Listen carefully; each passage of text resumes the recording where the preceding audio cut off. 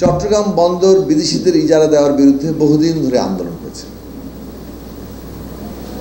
আমরা বারবার বলেছিলাম, সেই সময় আমরা নিজেরাই আন্দোলনের সাথে যুক্ত হয়েছিলাম।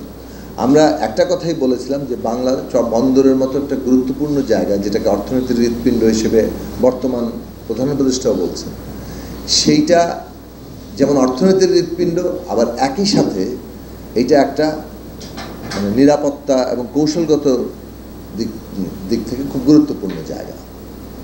ফলে এই বন্দরের উপর প্রথমত সার্বভৌম কর্তৃত্ব আমাদের জনগণের, সরকারের থাকা দরকার, এবং তারপরে এর অর্থনৈতিক এবং অন্যান্য প্রযুক্তিগত দিক উন্নতির জন্য সরকার নানান পরিকল্পনা করতে পারে।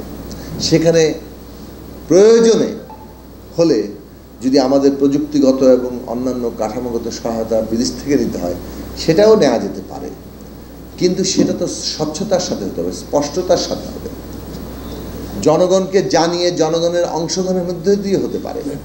এই সরকার কি জনগণকে জানাতে পারতো না যে প্রকৃত অর্থে কী করা হচ্ছে, এবং সমস্ত স্টেক হোল্ডারদের সাথে আলোচনা করতে পারতো না? এরকম একটা গুরুত্বপূর্ণ বিষয় যেটা নিয়ে আসলে দীর্ঘকাল ধরে আন্দোলন চলেছে, সেটা কি একটা সেফ একটা মানে সরকার ক্ষমতায় আছে বলে আমার ক্ষমতা বলে করে ফেলবো? এই পদ্ধতির সাথে আমরা একেবারেই একমত না।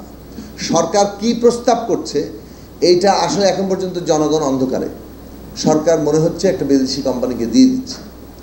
কি জায়গা দিচ্ছেন, কোন শর্তের ভিত্তিতে দিচ্ছেন, কত বছরের জন্য দিচ্ছেন, সমস্ত আলাপ আলোচনা জনগণের জানার অধিকার ছিল।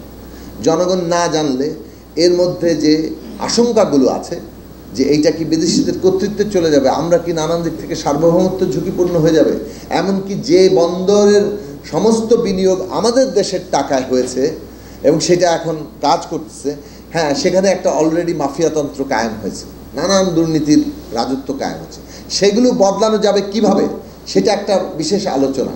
কিন্তু সেইটা বদলানো একমাত্র প্রতিষেধক হচ্ছে একটা বিদেশি কোম্পানিকে এনে দিয়ে দেওয়া।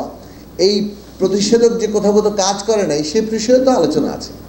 কাজে আমাদের বক্তব্য হচ্ছে যে যদি বিদেশি কোম্পানি আনতে হয়, সহায়তা, প্রযুক্তিগত সহায়তা লাগে, সেইটা একটা বিবেচনা করা যাবে, কিন্তু সেই বিবেচনা মানে বন্দরে দুর্নীতি হচ্ছে বলেই মানে এক লাফে কেবল একটা বিদেশি কোম্পানিকে দেওয়া এবং কোনো রকম জনগণকে যথেষ্ট পরিমাণে ব্যাখ্যা না দেওয়া, সেইটা মানুষের মধ্যে সার্বভৌমত্বের প্রশ্ন নিয়ে, বন্দরের নিরাপত্তা নিয়ে এবং দেশের এতদিনকার বিনিয়োগকৃত একটা প্রতিষ্ঠান তাকে লাভজনক প্রতিষ্ঠানকে আমরা হাতে তুলে দেওয়ার বিষয় নিয়েই প্রশ্ন তুলবে। ফলে আমরা অবিলম্বে এটা দাবি করি সরকারের দিক থেকে যে এইটা কোনো রকম পদক্ষেপ নেওয়ার আগে সমস্ত স্টেক হোল্ডারের সাথে কথা বলা দরকার, স্পষ্টতার সাথে যাওয়া দরকার, এবং জনগণের আলোচনার ভিত্তিতে যে রায়টা আসবে সেইখানেই আসলে আমাদের সিদ্ধান্তে যাওয়া দরকার। শেষ প্রশ্নটা বলি, চট্টগ্রামের উন্নয়ন আর সারা বাংলাদেশের উন্নয়ন একরকম না। মানে এই অর্থে বললাম যে তার মানে প্রত্যেক জেলারই উন্নয়ন, প্রত্যেক অঞ্চলের উন্নয়নের নিজস্ব বৈশিষ্ট্য আছে, যেমন চট্টগ্রামের আছে। চট্টগ্রামে প্রাণ প্রকৃতি এটা একেবারেই ভিন্ন, এবং এখানকার উন্নয়নের ধরন এখানকার প্রাণ প্রকৃতিকে রক্ষা করে বিশেষ মনোযোগের সাথে করতে হবে।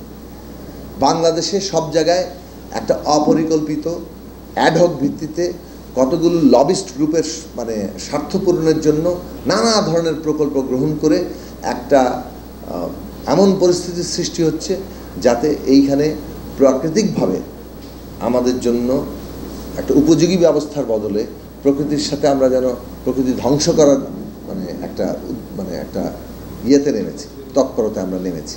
সেই জায়গাটা বন্ধ করা দরকার। ফলে নতুন বন্দোবস্ত মানে সকলকে নিয়ে উন্নতি, সকল মানুষের জীবনের প্রকৃত উন্নতি কি হচ্ছে, এবং সেটা অনুযায়ী একটা উপযোগী প্রাকৃতিক অর্থনৈতিক ব্যবস্থাপনা, তার জন্য নগর পরিকল্পনার ব্যবস্থাপনা, এবং এইসব জায়গায় ঔপনিবেশিক আধিপত্য থেকে মুক্ত হয়ে আজকের বাংলাদেশের এই প্রাকৃতিক এবং অর্থনৈতিক ব্যবস্থাপনা কী হবে, নগর ব্যবস্থাপনা কী হবে, সেইটাতে যদি আমরা যেতে না পারি, রাজনৈতিকভাবে যে সংস্কারে আমরা যাচ্ছি, এই দুয়ের মিলন না ঘটালে বাংলাদেশ তার কাঙ্ক্ষিত জায়গায় যাবে না।